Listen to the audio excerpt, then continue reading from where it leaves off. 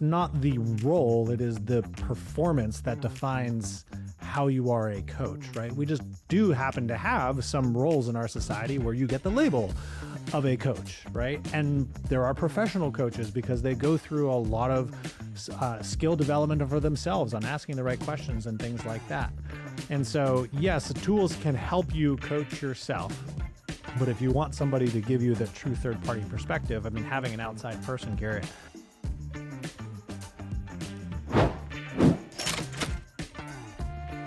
Welcome to Life at 1010s, where we coach people out of burnout into high-producing businesses that fuel their lives. We're excited to have you with us today. Got my friend Matt Benelli with me as always. Today we are going to have a great discussion, so thank you for joining us. If you want to come check us out on YouTube, please go there. Download, or subscribe, like, check out that whole channel. That helps us out tremendously. If you want to go learn more about what we got going on, from group coaching to other ways you can engage with our world, go check out 10tenths.co. And Matt, today we are going to talk about, I just lost the topic. What is the topic, Matt? We're talking about coaching. Oh, we are talking about coaching. But I should preface that we're not talking about our program. We're not going to be like selling you on coaching. We want to talk about, like, what does it mean to be a coach? Because you all are also coaches in a way, depending on how you like to define this term or look at it. And I think also too, from our perspective in the industry, there's a lot of, and we've talked about years ago, we spoke about this on our prior podcast about, getting caught in the traps of like, well, I have a coach, but is that person actually coaching, or are they doing something else, which could still be valuable, but is really understanding what are we trying to accomplish. And this also applies to you all as advisors, because that's a synonymous term. We just don't typically use it in the professional space because it's usually left for, the sports world or executive coaching, which is like what we do, Garrett. Well, Matt, thanks for the save on the topic there, because every bit of me had words that were wanting to leave my mouth, and my brain was going, those aren't the right words. Those aren't the right words. So I appreciate you stepping in and saving that.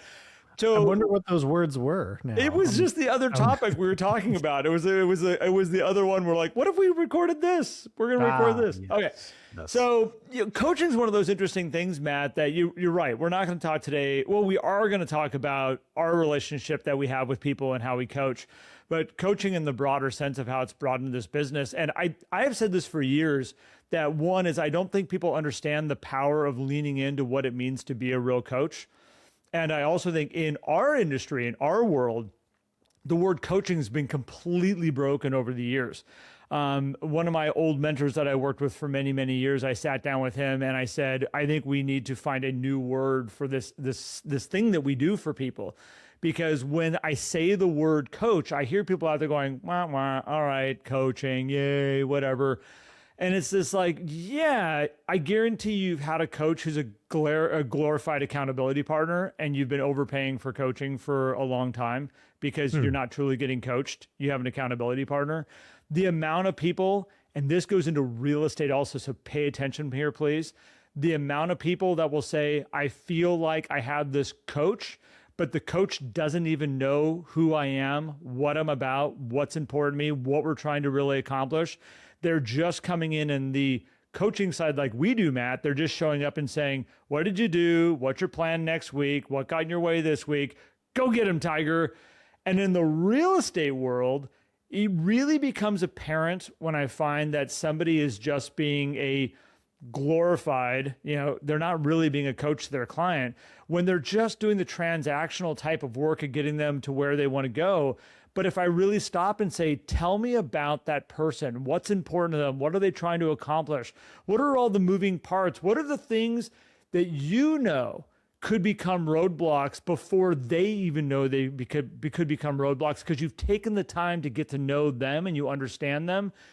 That's a true coach. If you look at a coach for a football team, he understands all those players, what their natural gifts are, what their weaknesses are. He knows which ones, or she knows which ones have the bad knees, the hurt shoulders, that are recovering from injuries, and they know exactly where they can put some there so they can shine and they can actually have the win and the victory that they want to have. real coaches understand that stuff. They get into the nitty gritty types of details of these people. And in real estate, all of you who are realtors out there, think about this with your clients from the very first consultation you get into all the way to the closing table. And for 7 years on average, beyond that, how have we been in their world up front so we can continue that relationship? We can continue that trust. And it all comes from being a great coach up front. Yeah.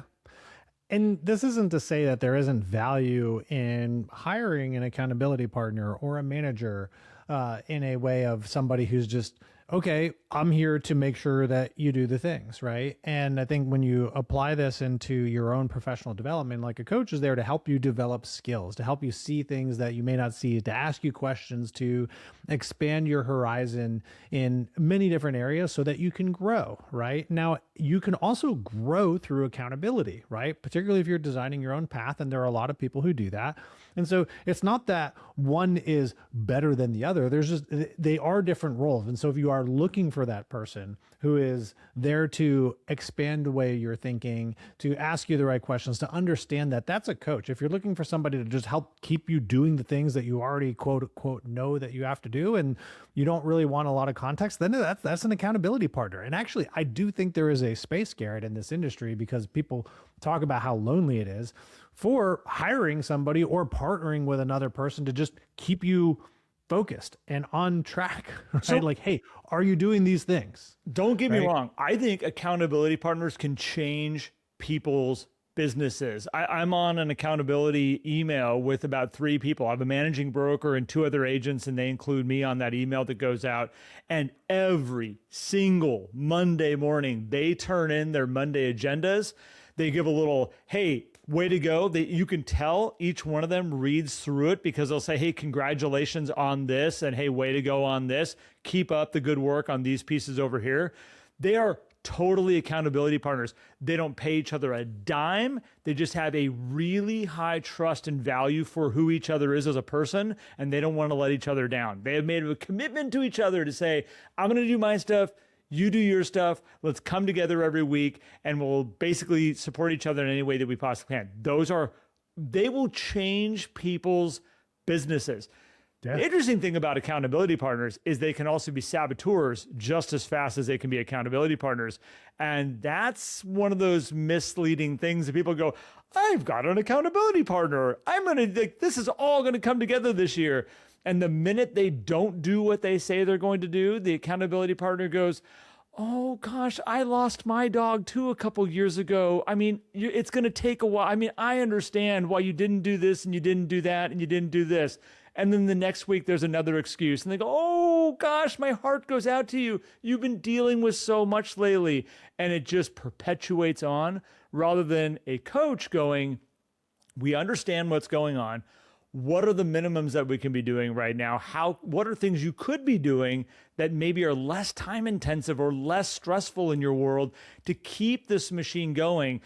But the coach will rarely sit down and cry with you. They will be their friend. They will be with you, but that's the saboteur piece that can come out of a accountability partner sometimes. Like, even a coach can do it, by the way. But it can really happen fast with accountability partners, because a lot of times people pick their best friend. And they go, we're going to have fun. We know each other. We know so much about each other. And then they know too much about each other. And that comes down to aligning expectations, right? Because your best friend can be an accountability partner if you have the parameters around it. A lot of times we just say, hey, let's hold each other accountable. We'll hold each other accountable to what, right? Like, we'll use 75 hard as an example. I've done 75 hard with friends before. I've gone through that program with friends. And what I like about that program is, like, if you miss a day, it's a hard restart. Right. And so it basically eliminates any emotion at all, because I could say to somebody, like, I totally understand why you missed a day and you're restarting, but you're restarting. You're starting over. I mean, and there's nothing wrong with having empathy and deploying empathy into these scenarios. It's what comes after that. Right. It's not saying like, hey, it's okay. It is okay. But also, what are we going to do? Because that's what we're here to do. And oftentimes this is where sometimes I get into trouble as being a husband, is because since I am a coach, I'm in coaching mode a lot, right? And sometimes I shouldn't be in coaching mode. There's a hard break of Garrett Fry being the coach when I walk through this door over here, because it doesn't, I've had my daughter look at me so many times going, "You are not my coach. I did not hire you as my coach. Yeah. I just need you to be my dad right now." It's like, oh. But this is where being a realtor, like the hard line of being a coach is always there, because you are hired to do a job. And because you do not control the asset in question that is being sold, your role of an advisor is that of a coach, meaning your job is to ask the tough questions. It's to share all the information. It's to help them see it in different perspectives through the asking of questions, so that your clients can make the right decisions to perform. Because if the definition of a coach is to help someone learn and perform a skill, let's say, that's what you're doing with helping people buy and sell homes, right? Because they're the one that are pulling the trigger there. They're the one that is actually writing the check, or they're the one that's signing on the dotted line that they're selling their home. So they're the ones making the performance happen. Yes, you're going to do a lot of the marketing and all this stuff, and that's very important too. Don't get me wrong. That's very valuable. However, if that's all you do, we're missing where all the value really is in what your role is, which is really that of a coach. Now, you may not go to your client and say, "Hey, I am your coach." Maybe you do, right? But that is what you're doing. And if you look at yourself that way, I think it will help you change how you also position your value to someone, because now it's not just, I'm going to go do these things so that you can net money in your pocket. I'm going to help advise and guide you, share with you the highs and the lows, ask you the tough questions, because you can still say, "Oh gosh, that's really tough," but you still need to sell this house, right? You still want to do this, right? Well, here's what we're going to do next. Well, and yeah. And this is where I look, so I've been very fortunate, and I have a group of people. I coach about 30 people right now around the United States. And out of those, the average person has been with me for almost 9 years now.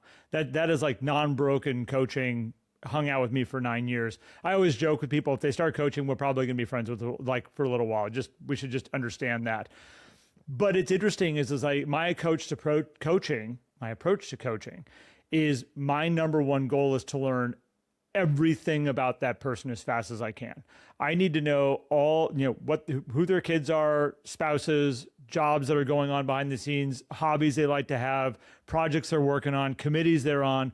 I need to know everything about that. So then when we start putting a plan together to help us get to where we need to go, I can have real conversations about what are we dealing with on a day-to-day basis to allow us then to implement these things. If you're a real estate agent and you're sitting down with somebody to help them get from point A to point B, the amount of realtors that I will sit down with and say, what is the thing that's going on for them that's causing them to make this move from point A to point B? And they're like, "Well, they want to sell." Why? Where are they going? What are they doing it for? What is the underlying causes that are happening here? And then they wonder why, when negotiations get tough, when things get really stressful, they have nowhere to go other than, how do I hold this deal together? Where a lot of times it's going back to, let's go back to why we were originally having this conversation 3 months ago, when we were sitting together and we were talking about why we even wanted to do this to begin with. And is that still a priority for you? Is this still something you want to have? And they would go, "Yes, that is why we're doing all this." Great. This is just one of the hurdles along the way to getting you to where you want to go. And let's see if we can figure this out. Let's not let it stop here necessarily. But most people can't go back there. They haven't taken the time to understand that. And then a really good coach will understand these things going on behind the scenes, so they can address it beforehand, so it doesn't turn into such a stressful situation. I know exactly when I have somebody and I've watched them for 5 years and how they've shown up and what they've done, Matt, where I can go, "Hey, you know what?" When they're trying a whole new initiative in their business, and I can say, "Let's adjust this a little bit. You're still going to do it, but I want you to adjust it a little bit, because this is where your natural strengths will make this thing shine." It's going to give you a better result. You're still going to do it, but we're going to do it in this way. Because if I let them do it the other way, based off everything I know about them, they're going to burn out. They're going to get frustrated. They're going to be like, this is stupid. Why does this work for somebody else and not for me? Because we need to lean into your strengths, your abilities that you bring to the table. And that's, if you're going to ever get a coach in real estate for your business, make sure you find someone that takes that amount of time up front to really get into the nooks and crannies. It's not just about how much did you sell last year, what your goals are this year, how big your database is. That's a piece of it, a very, very, very small piece. You need to get into the bigger picture. And same thing with your clients in real estate. Same thing with anything, by the way. Yeah.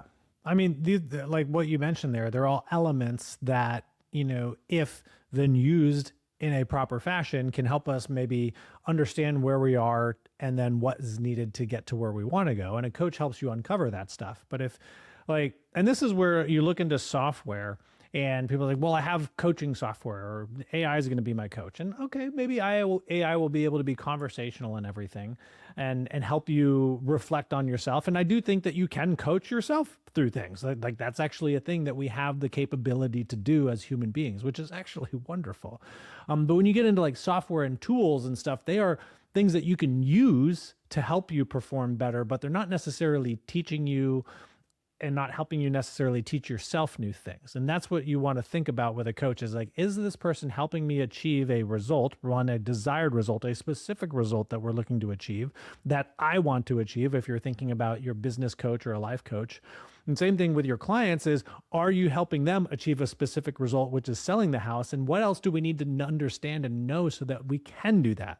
Because the result is pretty clear. We want to buy or we want to sell.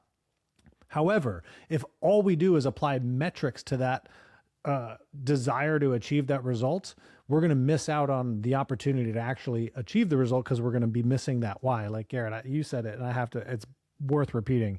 The number of times I've said to people, why are these people selling? And they're like, I'm not really sure. Well, it kills me. All right. Well, I could be 10 minutes into a coaching call and be like, well, I guess we're done here today because I need you to go talk to that person and figure that out. Like, there's nothing for us to dissect. If we don't know why, let's talk about pricing strategy. No, let's go talk about why they want to sell. Then we can talk about the pricing strategy.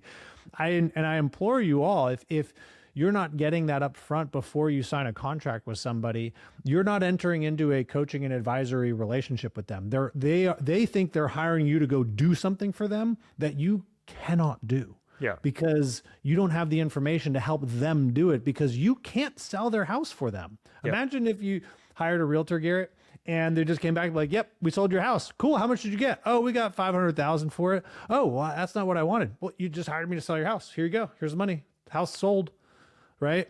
Oh, wait, we can't do that because the realtor doesn't control the deed. Yep.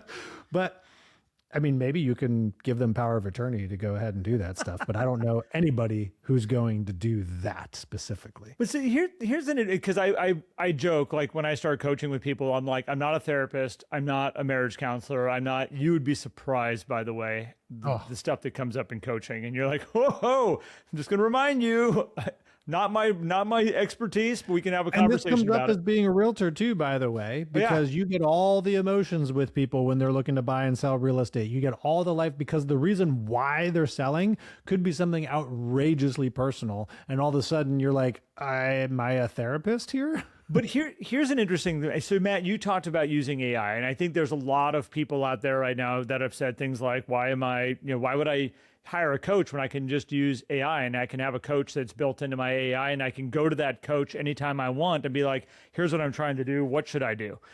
And I do think, by the way, AI has all the potential to do a lot of those things. If I were to come to it and say, I want to create a marketing plan for myself, here's my database, here's my relationships, here's how many homes I have, and I want to have a postcard campaign and I want to do X, and it'll create it. It'll put it all together. You just need to execute it on it then.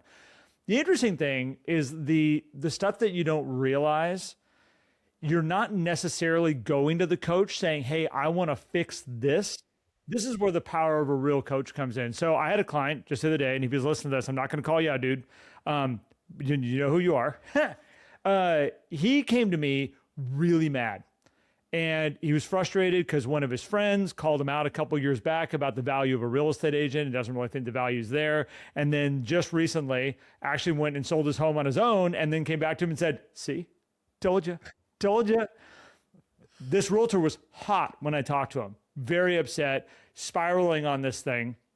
Now, he could sit down and open up AI and go, here's the experience. Here's what I just had happen. Here's why I'm really mad and I'm frustrated with all this stuff. And I'm looking for different ways I can look at this. The challenge is he wasn't looking at it from that perspective. He was in high ego defense mode, all this type of stuff that was spiraling over here on this side. And a really good coach will sit down and let that person talk and just let it all go. Tell me more. Tell me more. What else did you experience? Why is that going on? And unless you go to a AI and engage it, AI is not sitting there paying attention to you. But in this situation, it allowed me to go, let's look at this from different angles. How can you use this to your advantage? Maybe next time you ask this question when they're coming at you from this way and it's causing you so much stress, ask more questions, lean into it a little bit more. And what it turned into was a whole bunch of great videos that now he's creating for social media. He's got different marketing that's going to be going out because he's realized that, like, yeah, this guy did this and it's actually not that big of a deal. And I can turn this into a positive for all my business and where I'm going. Having a great coach, having somebody in your world that can sit there and listen and then guide and direct. And this goes into real estate also, when all of a sudden they have an experience and they're coming in hot and they're mad and they're just going to blow things up, or they're just, going to destroy, like this guy was about ready to destroy potentially a relationship. It's like, hold on a second. Like, let's talk this through. The coach can slow things down, take a different perspective, and it's not done in a way that, again, like with AI, you have to be the one to engage AI. The nice thing is the coach will engage you. You just got to talk. That I don't know how that can be replicated or duplicated, Matt. And same thing with real estate. Well, and I think, yeah, I agree. I think if this is where the capacity for us to coach ourselves is there, if we choose to do it, and you can amplify that through the use of a tool like AI, because it is going to be reflective, where a person in front of you, because I mean, listen, you don't have to be a coach in actual contractual form, right? I mean, as parents, we coach our kids, right? Sometimes you meet a stranger sometime through some weird circumstance and you're having a conversation and you end up coaching them through something, or they coach you through something. Yep. So it's not the role, it is the performance that defines how you are a coach, right? We just do happen to have some roles in our society where you get the label of a coach, right? And there are professional coaches because they go through a lot of skill development for themselves on asking the right questions and things like that. And so, yes, the tools can help you coach yourself. But if you want somebody to give you the true third-party perspective, I mean, having an outside person, Garrett, I mean, maybe AI gets there. I'm not sure. It's possible. I'm not going to say that nothing is possible. I think anything is possible, but I also think there's a reason why there's differences in coaches. It's not like, why does one coach of a sports team perform better than another coach? I say, well, it's the players that they have and all this stuff. It's like, yes, it could be, right? There could be a whole factor of things, but then you start saying, well, but they did well with these people and these people and these people. And a good coach is going to help you see a bunch of different perspectives. It's going to help temper emotions while allowing you to get your piece out there so that you can then go and perform. That's the whole key, is at the end of a coaching session, you should feel encouraged to go and perform. You should feel like, I have acquired some new skills. And also, hey, here's what I want to bring back to the next one so we can further develop this, right? Yep. And that's the beauty, like in sports, right? A coach can look at your data and say, okay, here's some things that we want to do. And that's where data analytics and using AI and all these things can also help kind of close the gap on coaching a little bit, which then starts to create, Garrett, this illusion. It's like with the accountability partners that exist, where it's like, I feel like I have a coach because we've closed the gap on some data analysis, but are we actually learning new things and being encouraged to go out there and perform to produce a new result, a better result, the one that we're looking to actually achieve? Well, and I've used the example of Michael Phelps and Michael Phelps coach for years, Matt. And, I think a lot of people think that when they hire a coach or an accountability partner, or what it is, that coach is all of a sudden going to make them be spectacular. I got this coach, everything's going to be great. And I think that, the relationship between that coach and between that person has to really be of a high level of respect and understanding. But at the same point, you take Michael Phelps and Michael Phelps coach, Michael Phelps coach would say, you have a training schedule. I expect you to show up and do your trainings. You need to swim your laps. You need to put in the workouts. I'm expecting you to do it. And I'm not going to check in on you, by the way. I'm not going to be like, did you do your workout today? I expect you to do your workouts. And if you don't, what are we doing here? Like, yeah, that's baseline. What are we doing here? But then the second part is that the coach will sit in the stands and watch Michael swim. And he will say, go swim some laps. And he watches them and pays attention to them. And then they get to sit down and debrief. And he'll be able to say, did you notice you're doing this? Like, did you notice this is happening? You know, you're lifting your head out of the water higher than you normally do. You're kicking a little bit differently. You're breaking your knees a little bit different than you normally do. There's a little bit more splash when you're entering the water. Let's change this and this and this and that. And then Michael Phelps has the ability of saying, my shoulder really hurts, or I've got this weird pain in my back, or I've got, knots in my muscles right now that is causing this. And they get to work together and come up with a plan to be like, okay, you're going to add this into your routines over here. We're going to change this. Go talk to the nutritionist over here, because it might be something that you're eating that's causing these things. And by the way, change these things, go out and swim 100 more laps and come back and let's talk about it again. And they're constantly working together and fine tuning. And that coach knows everything about Michael Phelps and how his body's working, how he is conditioning, showing up. And then what do you know? They go win gold medals. Like they go do great things. And that's the beauty of having somebody there to help guide you from a process. For Michael Phelps, the moment that coach met him to those gold medals and that moment that they got to celebrate, that was their journey. From the relationship, Matt, that we get to have with people that we get to work with, from that moment that we get that first time where they're saying, will you be my coach? Until that moment that they either leave the business, that's actually what my goal always is if I can be such a value to them that by the time they leave the business, we're then having that hard conversation of, I guess this is it. I guess this is where we're at. That's the journey. And for a real estate agent, if you're becoming a really good coach for them, that person that they're trusted, confidant, that they can come to, answer questions, kick things around with, figure out, they're looking at their journey of home ownership from the moment they buy their first house all the way through until they are done. Not that house, not that one, not just that house that they're buying with you right now. They are now starting a journey with you of home ownership. And you get that chance to be that coach for them all the way through if you want to. But sometimes we get so transactional. We get so just in this moment of getting from they want to buy a house to I help them buy a house. All right, let's go find somebody else to help buy a house. That is not necessarily being the long-term coach that people would love to have. They embrace it. When you show up for them, people love it. They do. They do. And so I hope that, Garrett, this encourages everyone, all you listeners out there, to show up in this way for your people. And if you're looking for somebody to help you in that capacity, that you have some more information that you can use to help choose the right person for you. We do hope that you choose us. You can go to 10tenths.co to learn more about us and the programs we offer, because even in our group program, we do everything that we can to learn a lot about the people that are there and everything like that, because there are different levels to this too. But for you to show up for your people as that person, if you think about it that way, it's also going to be a lot easier for you to then explain your value. So, and you're going to just build a better life and a better business around it, because we believe that your business should not consume your life, it should fuel it. And so if that feels good to you, come join us, download our app, and keep listening to the podcast, because we appreciate you guys so much. Thanks so much for joining us. Thank you, everybody. We'll be back.